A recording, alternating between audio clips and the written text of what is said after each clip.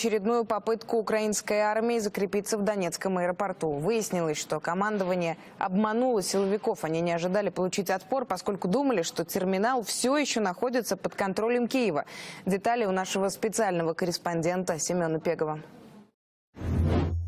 Бойцы батальона «Сомали» отразили очередную атаку украинских военных на позиции ополчения в Донецком аэровокзальном комплексе. Отмечу, что прорыв был осуществлен днем, приблизительно в 11 утра. Также по той информации, которую нам рассказал командир подразделения «Гиви», силами 2 танков и порядка 16 человек пехоты пыталась украинская армия прорваться к позициям «Сомали». Их зажали, и сейчас они уничтожаются.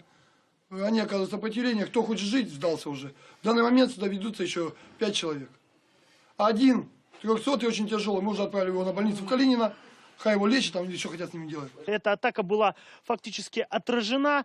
То есть как минимум 6 украинских бойцов были убиты. Рассказал нам об этом один из участников непосредственно операции по отражению этой атаки. Я выстрелил 2 раза с РПГ.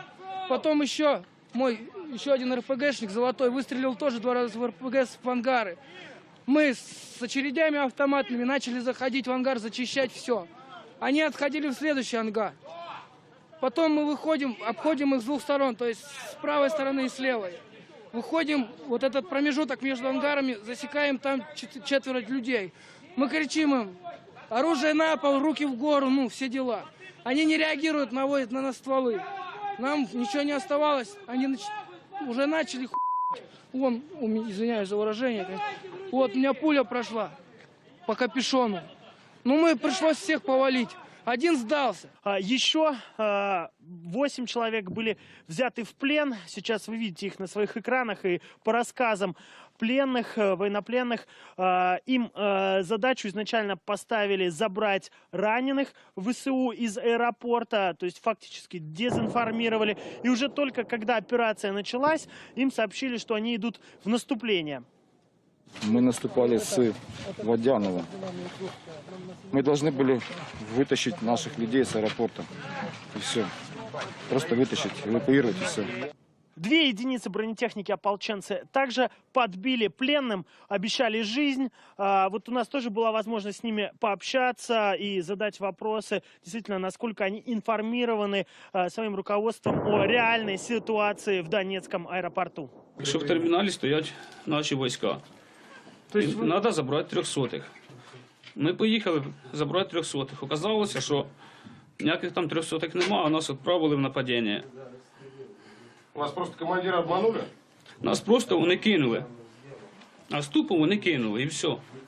Отмечу, что один из офицеров ВСУ, взятых в плен, принимал участие в первой ротации украинских войск в новом терминале Донецкого аэропорта. Тогда он стоял рядом с командиром киборгов Куполом, который сжал руку Моторолы. Сейчас, в общем-то, оказался в плену. Отмечу, вы слышите сейчас, что артиллерийские перестрелки здесь, рядом с Донецким аэропортом, не прекращаются фактически ни на минуту. Выстрелы и разрывы с интервалом в несколько секунд здесь — это обычное дело по-прежнему на протяжении уже последней недели. Семен Пегов, Павел Чуприна, Life News, Донецк, аэропорт.